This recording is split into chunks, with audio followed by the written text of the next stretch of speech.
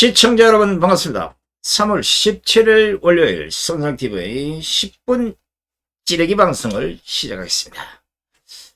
자, 지금 윤석열 대통령에 대한 헌법재판소의 탄핵 심판 선고가 늦어지다 보니까 온갖 분석과 진단과 주장들이 난무합니다. 각 진영마다 자신들이 유리한 대로 분석을 내놓는가 하면 심지어는 이미 결정 났다. 헌법재판소가 이러지도 못하고 저러지도 못하는 상황이라 이런 주장들도 나오고 있습니다. 자, 인용이나 기각이냐 여기에 따라서 전국이 또 한 번 뒤집어질지 안 뒤집어질지 모르겠습니다. 아마 요동은 칠 거라고 봅니다. 여러분 잘 기억하실 텐데 경희대 석자 교수이면서 우리나라 헌법학자의 어른이로 불리는 허영 교수가 만약에 헌법재판소가 인용을 하거나 이런 결과를 내놓으면 헌재가 완전히 가루가 돼서 없어질 수도 있을 것이다. 심지어 이건 지금 헌법재판소 사이트에도 올라가 있어요. 이게 무슨 뭐 헌법재판소 하루아침에 무슨 인위적으로 가루가 된다는 게 아니라 헌법재판소의 역할은 그걸로 끝났다. 대한민국에서 헌법재판소가 없어질 수도 있겠다. 이거예요. 그랬더니 저 좌파들이 무슨 헌법재판소를 다 뜯어 깨려고 하느냐. 뭐 가루를 내서 어떻게 이런 식으로 요란 떨다가 결국은 저거들의 전공 분야 한 발 더 나가서 민주당은 광화문에서 현장 최고위원회를 열어서 기각 때문에 밀란이 일어날 것이라는 이런 헛소리까지 했습니다.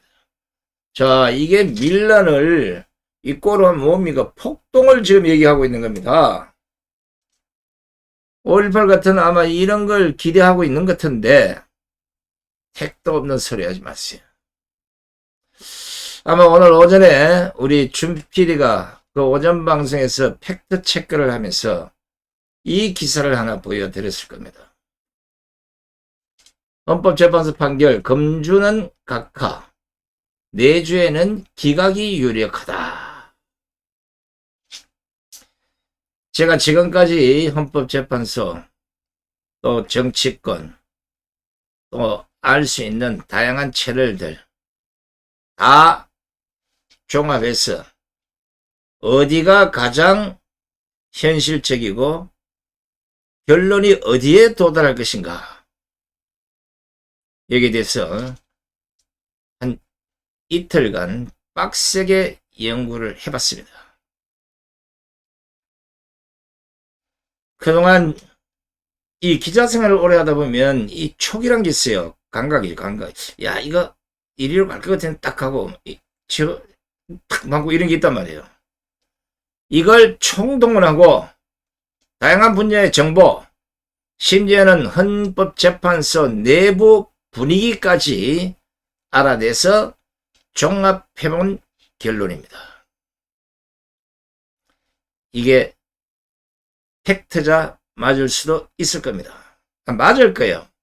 왜냐하면 정상적인 나라, 정상적인 법이라면 맞아야 되는 거예요. 이게 오늘 아침에 우리 준 PD가 팩트체크를 통해서 방금 보여드린 여기에 대한 부연 설명을 아주 상세하게 했기 때문에 들어가서 한번 오전 방송을 보시면 알겠지만 이제 인용은 물 건너 갔다고 보는 겁니다. 민주당하고 저 조국당만 그냥 인용이 될 것이라고 만세를 부르고 앉았는데 헛다리 짚었어.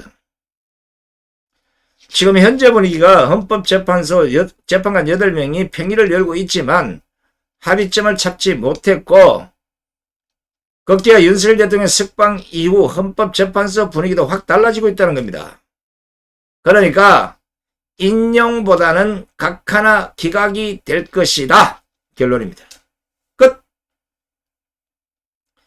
여기에는 첫째, 주요 탄핵소추 사유였던 내란죄 철회 및 헌법재판소법 제32조 위반 등 절차적 헌결이 분명하게 드러났기 때문이라는 겁니다.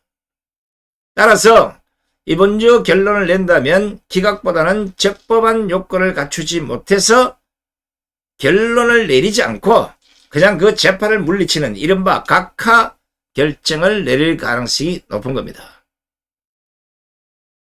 지금 꼴을 봐서는 각하가 거의 한 80%고 기각이 한 20%예요. 인용은 없어. 이거는 희망고문이 아니라 아무리 강큰 헌법재판관이라지만 박근혜 대통령 불법 탄핵 때와는 전혀 다른 헌법재판관들이 평의를 핑계대고 8대0 인용 또 파면 선고를 할 수 없는 상황이 되어버렸습니다. 자, 둘째는 여러분 잘 아시는 국내 헌법학 최고 권위자인 허영 경희대 법학전문대원 석좌 교수가 헌법재판소에 낸 그 의견서 내용이 이것이 바로 급소를 치른 겁니다. 탄핵 소추안의 핵심인 내란죄 철회를 인정해 소추의 동일성이 상실됐고 소추 사유 철회에 국회 결의도 없었기 때문에 부적법하다. 부적법이 뭡니까? 각하돼야 한다는 겁니다. 허영 교수만 아니라 다른 레로를 하는 학자들까지도 어젠가 오늘인가 또 그 세미나를 열었어요. 내란죄 철회의 이 절차상 하자를 강력하게 지적을 하고 있는 겁니다. 윤석열 대통령 석방 왜 됐겠습니까? 공수처가 절차상 하자를 무시해버리고 그대로 밀어붙여서 결국은 불법이 됐다는 겁니다. 이게 그냥 좋은 게 좋다고 그 있는 대로 그대로 해보자. 기각이라면 4대4나 5대3이 될 수 있겠지만 각하라면 적어도 8대0이 될 가능성이 높습니다. 왜냐하면 한쪽은 어차피 욕을 먹는다 이러면 통째로 욕을 먹든지 통째로 욕을 안 먹든지 지금 상황을 보면 기각이나 인용이 불러올 후폭풍은 누구도 가늠할 수 없고 아까 민주당 얘기식으로 진짜 이런 꼬라지가 나타날 수도 있다고 본다면 헌법재판소 선고 이후에 최대한 혼란을 줄이기 위해 가장 안정적인 방법이 바로 각하라는 것입니다. 이게 지금 헌법재판소 안에서 무럭무럭 익어가고 있다는 겁니다. 특히 현재 윤석열 대통령 탄핵심판 주심이 바로 보수 성향의 정형식 재판관입니다. 우리가 뭐 방송을 통해서 이미 많이 들었잖아요. 신문을 통해서. 정형식 재판관 어떻습니까? 원칙주의자예요. 법리에 대해서는 세밀하게 조사를 해서 그 원칙을 갖고 싸우는 사람입니다. 그러니까 평소에도 법리나 증거 이런 걸 철저히 검토해서 헌법 위반 여부를 가장 엄격하게 해석하는 재판관으로 정평이 났습니다. 자, 이런 성향을 본다면 윤석열 대통령 탄핵심판 과정에서 절차적 흠결을 지적하지 않았습니까? 그것 때문에 지금 정형식 재판관이 주심이 야야 좌파들한테 그 뭐 기각 인용 대도 안 하는 소리 그만하고 8대0으로 그냥 이번에 각하로 가자. 안 돼? 야, 절차적 흠결이나 절차적 정당성을 이미 국민들이 다 알아버렸고 우리가 이걸 가지고 거짓말할 수도 없는 거 아니냐? 지금 아마 설득을 하고 있는 것 같습니다. 내부 소문을 들어보니까 제가 사실 이 안에 오늘 아침에 그 내부에서 들은 얘기를 내가 이 녹음을 했어요. 좀 미안한 얘기지만 들어보면 끝났습니다. 이 들려줄 수 없는 게 왜냐면 자칫 하면 뭐가지 되니까. 정형식 주심이 지금 8대0 만장일치 각하를 조율하기 위해서 좌파 성향의 이미선, 정계선, 또 중도 성향의 정정미 재판관이 아마 설득을 하는 것 같은데 잘 안 따른다는 거예요. 버텨보려고. 결국은 버틸 수밖에 없다. 왜냐하면 몰라.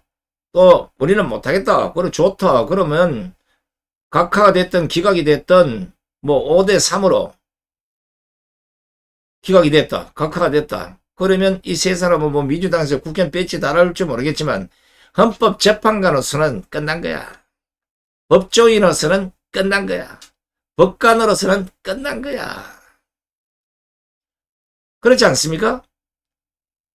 자, 세 번째는 여러분 아시다시피 지금 헌법재판소 앞에 수많은 사람들이 그 앞에서 지금 단식, 뭐 기자회견 난리 났습니다. 가보시면 한번 뭐 전쟁판이 전쟁판. 자, 그거보다는 수백만이 몰려드는 강화문 광장의 대중집회, 그리고 전국 곳곳에서 벌어지고 있는 크고 작은 이런 우파 집회들이 이미 좌파 집회를 압도해버렸어. 광장의 분위기도 이미 우파가 승리했다. 헌법재판관들이 이걸 잘 알고 있는 겁니다. 그렇기 때문에 다른 것보다는 절차상 하자 때문에 윤석열 대통령이 석방됐기 때문에 절차적 정당성, 이게 만약에 무시하고 그대로 헌법재판관들이 이상한 결론을 내렸다. 골치 아파질 겁니다. 왜냐? 절차적 정당성, 결론보다는 절차적 정당성이 더 중요할 수도 있기 때문에 그래요. 그러니까 오늘부터 우리 우파 애국 국민들께서는 혹시나 이렇게 너무 신경 쓰지 마시고, 세상이 뒤집어지지 않는다면 제가 판단하기에는 이미 각하 결정이 됐고 정영식 주심이 좌파 성향의 재판관들에게 설득을 하고 있는 게 맞다고 보는 겁니다. 그게 만약에 불발되면 그게 기각이에요. 인용이 될 가능성은 0.00000001% 아니면 제로. 제 말이 어떤 이유가 됐든지 맞아야 됩니다. 제가 긴 시간 분석해서 내린 결론이니까 맞을 겁니다. 8대0 각하, 4대4, 5대3 기각. 인용? 없음. 자, 이 윤석열 대통령 탄핵소추 심판과 관련해서 제가 쭉 글을 받아보고 있는데, 자유대한 원로회의에서 원로 서신을 보내왔는데 여기 아주 분석을 깔끔하게 잘했더라고요. 제가 탄핵소추 및 심판 절차의 여러 가지 문제점이라는 자유대한 원로회의 원로 서신이 분석한 11가지를 제가 들려드리면 이해가 될 겁니다. 첫째는 일사부재의 원칙 위반입니다. 첫 번째 표결이 195표 찬성으로 부결되었음에도 국회는 동일 회기 내에 재상정하여 의결하였다. 이는 국회법 제92조 위반으로 탄핵소추의 정당성을 훼손한 것이다. 자, 탄핵소추의 정당성 훼손입니다. 두 번째는 소추 사유의 동일성 상실. 핵심 사유였던 내란죄 혐의가 철회됨으로써 소추 사유의 동일성이 상실되었으며 국회는 이에 대한 별도 결의 없이 탄핵안을 변경했다. 결의 없이 탄핵을 변경합니다. 셋째, 조사 및 심의 절차 미준수. 국회는 직접 증거 없이 전달된 주장과 자료에 의존하여 탄핵을 의결했다. 이는 절차적 정당성을 심각하게 훼손한 행위다. 여기도 절차적 정당성 심각한 훼손. 네 번째는 헌법재판소법 제32조를 위반한 것이다. 헌재는 수사 중인 사건 기록을 요구할 수 없음에도 검찰로부터 사건 기록을 송부받아서 증거로 사용하였다. 이게 바로 헌법재판소 제32조 위반한 것입니다. 다섯 번째, 증거 능력이 없는 자료를 사용했다. 관련자들이 부인한 검찰 진술조사를 증거로 채택하여 피고인의 방어권을 침해했다. 여섯 번째, 반대신문권을 제한했다. 형사소송법 제163조를 위반하여 반대신문권을 제한하고 공정한 재판의 원칙을 위반했다. 일곱 번째, 답변기일을 미보장했다. 대통령의 답변기일을 보장하지 않은 채 변론기일을 일방적으로 지정해서 방어권을 침해한 것이다. 여덟 번째, 변호인단과 협의 없는 변론기일을 지정했다. 변론기일을 8차까지 일방적으로 지정해서 적법 절차를 무력화했다. 심리 미진을 초래했다. 조그만 심리 강령으로 충분한 변론과 증거 검토 없이 진행된 것이다. 10번째, 짜고치기 의혹이다. 헌재가 국회 측의 내란죄 제외를 권고했다는 의혹이 제기 탄핵 심판의 공정성을 훼손했다. 11번째, 계엄 선포권에 대한 사법적 판단이 문제다. 헌법상 대통령의 고유권 아닌 계엄 선포 요건을 사법적 판단 대상으로 삼아서 상권분리 원칙을 훼손한 것이다. 훼손한 건 다 했어, 그죠? 헌법재판소는 법률 해석의 최종 권한은 갖고 있지만 절차적 위반을 해서는 안 되는 겁니다. 왜냐, 절차적 위반은 법의 안정성과 신뢰성을 심각하게 훼손하기 때문에 그렇습니다. 우리 국민들이 그동안은 박근혜 대통령이 깨어나지 못해서 그랬지만 그걸 반면교사로 삼아서 지금은 다 깨어났어. 초등학생까지도 헌법재판소가 인용을 못할 것이라는 그 내막을 다 알고 있는 겁니다. 왜냐하면 대통령 탄핵 심판에서 발생한 중대한 이 절차적 하자에 대해서 국민들이 그 책임을 묻고 있기 때문에 그렇습니다. 이것을 바로잡지 않을 경우 헌법재판소는 허영 교수님 말씀대로 가루가 돼서 하늘로 사라지든지 아니면 이미 발동된 국민 저항권에 부닥칠 수밖에 없을 겁니다. 그러니까 개인한 사람들 고생시키지 말고 8명이 뭐 이렇게 오래 갈 게 뭐 있어요. 이미 헌법재판소는 절차적 하자 또 탄핵 수조 얼기세 주된 내용의 내란죄가 80% 되는 내용을 빼버렸으면 내란죄 말도 안 되는 것이고 빼놓고도 계속해서 내란 수견이 뭐니 이딴 소리를 해적이는 거 내란 수견 협의도 아니요.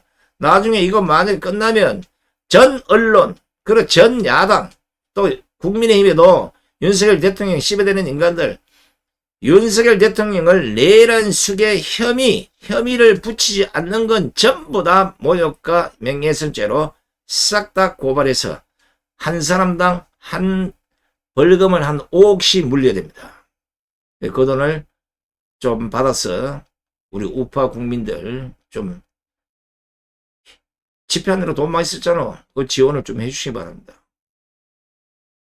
진실은 반드시 승리하게 됐습니다. 다시 한번 결론을 냅니다. 윤석열 대통령의 탄핵 선고는 8대0 각하 4대4 5대3이 되면 기각입니다. 인용은 없다. 이게 안 맞으면 대한민국을 떠나야 되겠죠. 그럴 일이 없기를 기대하면서 오늘 방송을 여기서 모두 마치겠습니다. 끝까지 함께해 주신 시청자 여러분 대단히 고맙습니다. 안녕히 계십시오.